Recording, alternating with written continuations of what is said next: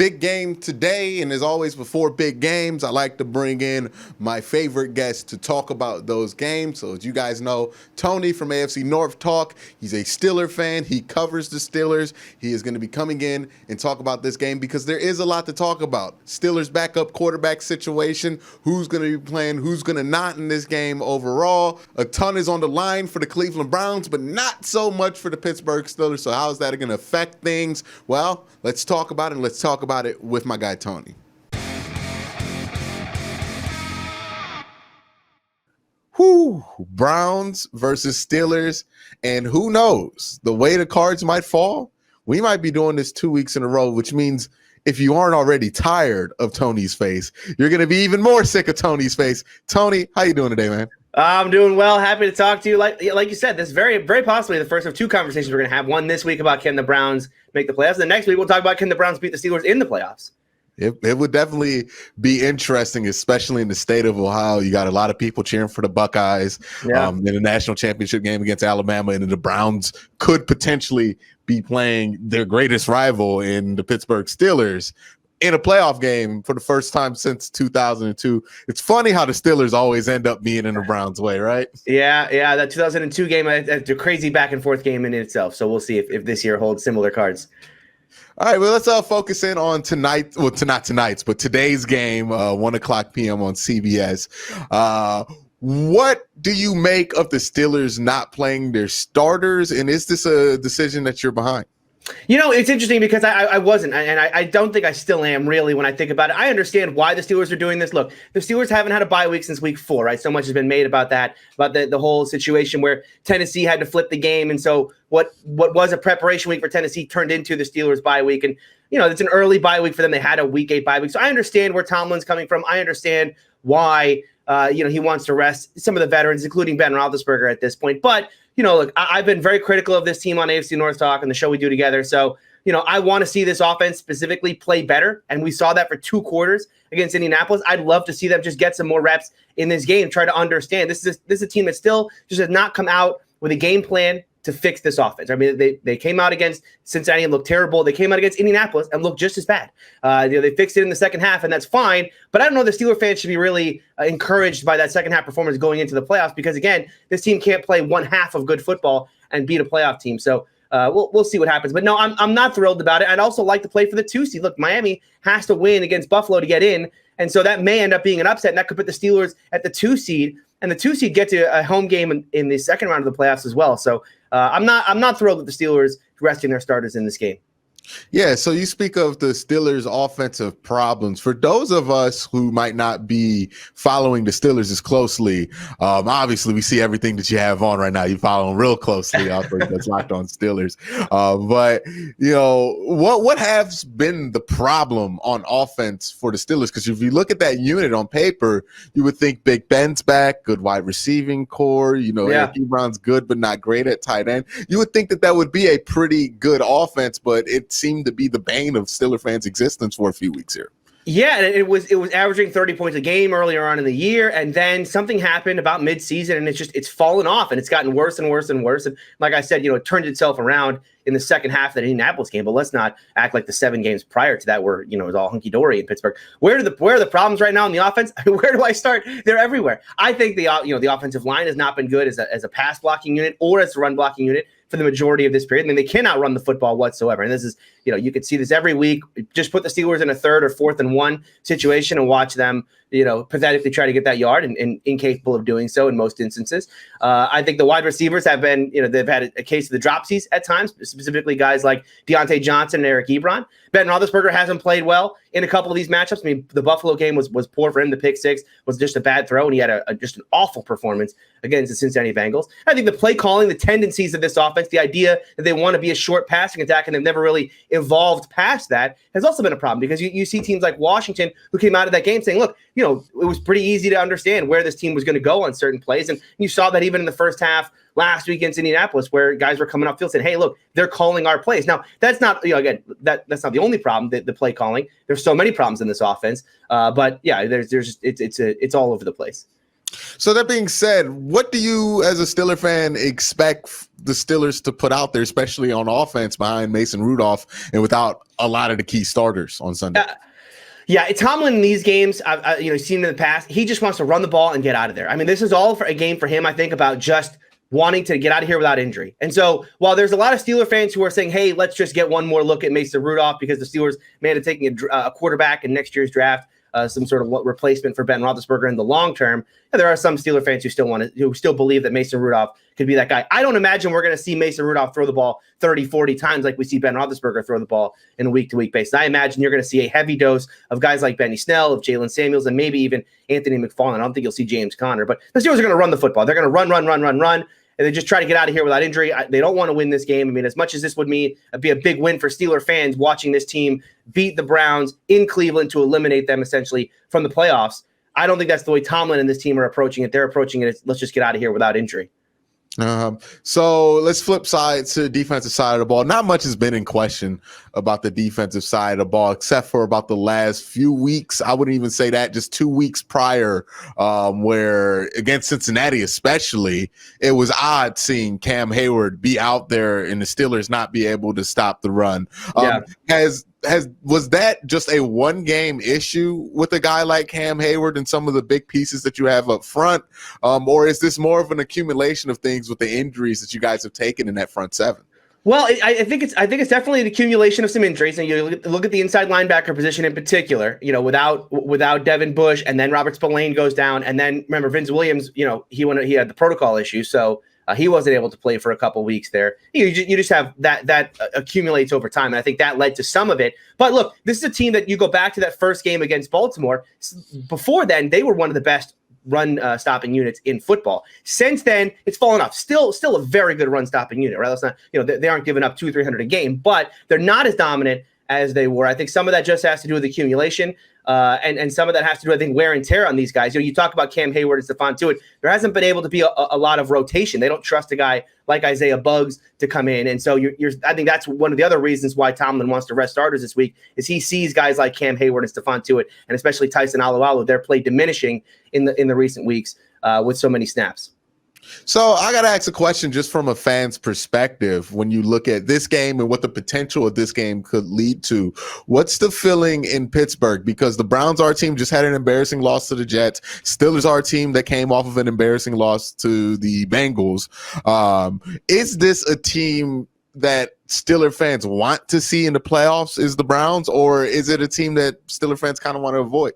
That's a good question. I don't, right now, I think you probably want to play the Browns because they've had such success against them. You look back at that first matchup this year, right? I mean, that was one of the most dominant, if not the most dominant win the Steelers have had all year. So I think there is some part of Pittsburgh. Yeah, you'd like to see this team again because you probably don't want to see Baltimore again. Both of those games were very close, and the second one of those games didn't even have any of the Ravens' top players. Do you want to play Indy again? I don't think the Steelers want to play Indy again. You like to play Miami, but that's not in the cards. So I think of all the matchups, I think Cleveland is that one, although it's dangerous because the Browns have evolved since then. Baker Mayfield certainly playing much better football now than he was back in that first matchup. And this Browns team, by the way, you look back at the first half of that game, they were doing some of the things that the Steelers are really struggling with now defensively, which is sitting on those underneath routes, trying to step in front of throws, trying to guess where Ben was going with the football. Nearly had some interceptions early in that game. Imagine another time, third time around, maybe they come through with some of those plays, and that's been a real problem for the Steeler offense. So I think they should. I think the Steelers are probably going to want to play them, but maybe a dangerous game they're playing. Interesting also that you bring up Big Ben. Where are Steeler fans at with Big Ben? Because it's been a rough few weeks, and then he comes back, has a rough 2 quarters, good 2 quarters. He's going to retire 1 week. Yeah. He's not retiring. He's reinvigorated, but then he's not. Well, what in the world? What's going on with Ben? What's the future with Ben, and what is the future at the quarterback position for the Pittsburgh Steelers? Steeler fans are all over the place with Ben. Early in the year it was, Ben Roethlisberger's back. He's back to his old ways. This team's going to win the Super Bowl with him, and Steeler fans were going nuts. I mean, PFF wrote an article mid-season about how Ben Roethlisberger is actually holding the Pittsburgh Steelers back. This is back when they were an undefeated football team. Now you can hold back an undefeated team, but that's what PFF wrote. And Steeler fans were going absolutely nuts. I mean, there was talk about Ben Roethlisberger getting MVP votes. this year, right? And then that all flipped as soon as they lost to Washington. And then he had the bad performance against Buffalo and Cincinnati in back-to-back weeks. And then Steeler fans immediately turned and said, Ben is actually the problem here. Ben is holding this team back. Ben needs to retire. Ben's arm is gone. I mean, again, it flipped in an instant, right? These same fans that went from Ben Roethlisberger is the reason why this team, is going to go 16-0 and he should be the MVP, went to this is the reason why this team can't win a football game and he should retire immediately. His elbow's gone. He can't make deep throws and all of that. And now Quincy, now that we've seen 2 quarters of vintage Ben, whatever that's what you want to call it, they're all back. Everyone's back on the train, right? Ben Roethlisberger's going to lead this team to a Super Bowl victory. The answer is somewhere in the middle, right? We've seen good Ben this year. We've seen bad Ben. We've seen Ben Roethlisberger, I think, butt heads with his offensive coordinator as well. We've seen the full gamut of Ben Roethlisberger this year. The question, and I think every Steeler fan has the same question, which is which Ben are we actually going to get in that playoff game? Because like I said, we've only seen 2 good quarters of this guy so far over the last 6-7 weeks. Which one are we going to get in that playoff game? It's an interesting question. But as far as next year and where we're going to, what happens then, he plays next year. I think. I don't think there's any unless it's just an embarrassing performance in the playoffs. But even then, I think he still plays. But I don't think he plays beyond that. If he's got one more year left, and he plays out this current contract, and then the Steelers need to look for a quarterback. It's going to be interesting to see Pittsburgh try to move on from the quarterback position there. But you mentioned the fans going up and down. It might just be a universal football fan thing because, Baker's been riding the high train for about 7 weeks here. Doesn't have his wide receivers 1 week. I have gotten like tens of hundreds of questions about why are the Browns, or is Baker Mayfield, is he going to get his 5th-year option? Like we're relitigating all of these questions all the time with quarterbacks. So Browns fans, just know Pittsburgh's doing it with their Hall of Fame quarterback. There's always going to be a group of people that always want the backup in, no matter how little it makes sense. So Pittsburgh coming into this game, trying to get right, but not really. They're just trying to get, I guess, rested. Yeah, trying to get rested, yeah. Browns needing to get in. Do you think if the Browns come out there with that sense of urgency, playing with that kind of playoff intensity, what's Mike Tomlin's response going to be with that when he has his backup guys out there? Like, is this going to be a fight or flight thing? Is he going to try to just get out of there? Because as much as like I get you want to rest your starters, there's no way you want to end the season getting blown out by a team you could play in the first round. Exactly. But I don't know that there's Quincy, I don't know if there's a way around that. I don't know what's again. So it was announced yesterday that none of these guys, I mean, Cam Hayward, Ben Roethlisberger, TJ Watt, Marquise Pouncey, these guys they're not just playing. Yeah, they're not traveling. They won't be in the stadium. So they're not available, right? As Calipari would said, Ben Roethlisberger's not walking through that door. So he's not even, they're not going to be available for them. So I don't know that there's an option for this team not to get blown. I mean, this Browns team should beat up on this Steelers team pretty good. Like defensively, you can't rotate everyone on the defense, right? I think some guys are just going to have to play in this game.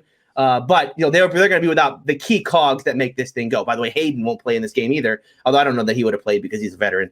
And then offensively, look, this is an offense that cannot move the football, and I'm supposed to believe now that you put Mason Rudolph in there, and all of a sudden, they can't run, right? So you take out Pouncey, you take out likely DeCastro as well, and then you're telling me that Benny Snell and Jalen Samuels and Anthony McFarland are going to move the ball against a Browns team that needs to win. I don't think that's going to be the case, and I also don't think that it's going to be the case that Mason Rudolph is going to go out there and light the world on fire. And so this offense is going to have a real struggle scoring the football. And then on the other side, this is a Browns offense. I know Browns fans are frustrated with what happened a week ago against the Jets. That's a good Jets run defense, so they couldn't get the running game going. And the Jets had no respect for Baker in the passing game because, again, he was throwing to a bunch of nobodies out there. That's not going to be the case this week. And this is a Steeler defense that, yes, it's going to play hard. It's going to play tough. But, again, there's an accumulation to this thing where at some point the lead gets to about 10, 17, nothing for the Browns. And then does the defense just go, hey, you know what? Like the offense, we just want to get out of here. Interesting. And it's interesting you brought up some of the things going on with the virus and everything. What I thought was interesting is something you said on AFC North Talk, where you brought up this hypothetical of like, what if we get to the AFC Championship game and like maybe Harrison Butker tests positive, but Tyreek Hill and and Patrick Mahomes end up being close contacts and have to miss. So as somebody who's already punched their ticket into the playoffs, how the league has handled this situation, their safety protocols, like what makes you worried about that? Because, like, again, I know Browns fans just think it's just happening to them. If you pay close attention league wide, it's happening to everybody right now, and it's gonna get worse because the holidays just passed. People are taking bye weeks. Like, I think this is just going to be the beginning of what's going to be a pretty massive outbreak in the NFL, or potentially a massive outbreak. So what do you think the NFL's response should be versus what they actually are or aren't doing? Well, I think, look, with the playoffs and they've talked about the Super Bowl potentially being, they could extend it all the way to March and whatnot. I mean, I think that they're ready to move playoff games. I think the NFL is prepared for that. Now, whether or not that's a good thing or competitive fairness, when you look at what happened in the regular season where they just made teams play, right? They made the Broncos play. They made the Browns play. They're going to make the Saints play this week without any running backs, right? I mean, they're just making teams play. But I don't know that the NFL is going to do the same thing in the playoffs. And it'll be interesting to see what dam has to break for that to happen, right? Because now we know that the Browns will, in all likelihood, even if they make the playoffs, they will play without Denzel Ward in all likelihood. Joe Hayden will not play in the first playoff game for the Pittsburgh Steelers for the same reason. Right now, those are not players that the NFL is going to go, well, we're going to move stuff around to make this happen. But like you said, when it gets to be higher figure, let's say Ben Roethlisberger were to not be able to play next week, would they do something about that? Or let's say if it was in the championship game where we have less weeks to deal with and they can move it around. I think the NFL would. At that point, I think that they would start moving things around. Yeah, competitive fairness wise, is that right for the opposing team who's ready to go in that week? No, but the NFL has not cared about competitive fairness at all throughout this season, right? I mean, was it fair for the Steelers to have their midseason bye week taken away and move to week 4 and a week where they were practicing? No, but again, it was we're in a global pandemic, so the NFL doesn't care about the competitive nature of this. They care about getting these games done. Now, when it comes to the idea of big players going out in the postseason, I think that's when they'll change their tune here and say, no, now we're going to start moving games where we weren't earlier in the year. I wonder if they're just going to start being more lax on close, because the test, you can't do much about a positive test. That's right. 10 days. They're really playing it short with 10 days. It really normally is 2 weeks with that. So there's not much you can do there. But with the close contact stuff, that's where I'm interested to see, are they just going to start getting real lax on this so they can get guys out there who might not have tested, but then you're risking transmission on the field. But the way they're going to get away with it is saying, hey, if they transmit on the field, one team's got to go anyway. So And we haven't really seen any on the field. We've seen guys who likely had it when they were playing, right? Guys like Stephon Gilmore had it while they were playing. No evidence though that any of his teammates or that any of the opposing team got it from that. So the NFL can be at least safe in saying hey, we've had guys out there who had it and nothing happened. Yeah, it's gonna be very interesting indeed. This game, the postseason landscape coming up, it's been unlike any other year, but just like many years, we end it with the Pittsburgh Steelers in week 17, and always, never against their starting quarterback. Have you noticed that? This is like the fourth game that we played the Steelers. Yeah, exactly. I think the Steelers. It's too bad that poor Landry Jones tore his ACL in the XFL earlier this year, because otherwise the Steelers could sign him up. We'll get Landry Jones versus the Cleveland Browns Part 3. Landry Jones, one of my favorite backup Steeler quarterbacks. We'll see if Mason can pull a Landry Jones on Sunday or today. Was it Connor Shaw? I think the first time that we got the battle with him, and then it was the quarterback. The next time was Deshaun Kaiser. That was the game. Yeah, there was an RG3 game at one point between Landry Jones. Yeah, it was a week 17. I think that was when I was at. Yeah. So Chud got fired after the Connor Shaw game, or maybe that was Pettin. Somebody got fired after the Connor Shaw game. Then there was an RG3 game. That's right. Then there was a Deshaun Kaiser game, memorable because that's the year the Browns went 0-16. Played the Steelers without their starters to see if they can not go 0-16. No. That was the 1-15 year. That was the one. No. It's both years. It was, I think both years they played Pittsburgh, but the 0-16 year they played them. Corey Coleman gets a ball right there in his hands, drops it. Everybody puts their hands on their head, and the Browns ended up finishing that season with 0 wins. Just wow. But if they would have won a game, I don't think they get Myles Garrett. Again, it's when a team goes 0-16, the race is always competitive for whatever reason for that first pick. So maybe they're good there, because who went second that year? Mitch Trubisky? Talk about a win or lose situation. Yeah, right. Always interesting to end the year off with the Steelers. Might be a doubleheader. Tony, let Should me know be a doubleheader. Yeah, should be a doubleheader. You can find me on Locked On Steelers every Tuesday with my friend Chris Carter. So if you're a Steeler fan, check that out. It's a daily show that he hosts. And then you can also find me and Quincy on AFC North Talk. It's a roundtable show every Tuesday and Thursday, 5:45 p.m. Eastern Time. We are live on YouTube. And you can also follow me on Twitter at Steeler Country. Yeah, don't forget to subscribe to AFC North Talk. Also follow the podcast on Spotify, Locked On Steelers. But definitely check out AFC North Talk because it gets wild. We got props. Yeah, that's right, and it's going to get even more wild now that we're into the playoffs here, and it looks like 3 AFC North teams are going to make it. It's going to be a wacky and wild month in January. Watch Tony trying to jinx it. He's trying to jinx it. Just like he said, I was trying to reverse jinx the Bengals game. He's trying to jinx us, guys. This is a lock. The Browns win. The Browns win by 1,000. It's a lock. That's it for today's show. Gotta get Tony off the air now. But again, Tony, thank you for coming on. Absolutely. Hopefully we see you again, and we're talking playoffs next week. We will 100% with 100% certainty. Stop it. Stop with the jinxing. But everybody else, have a great day. Have a good night.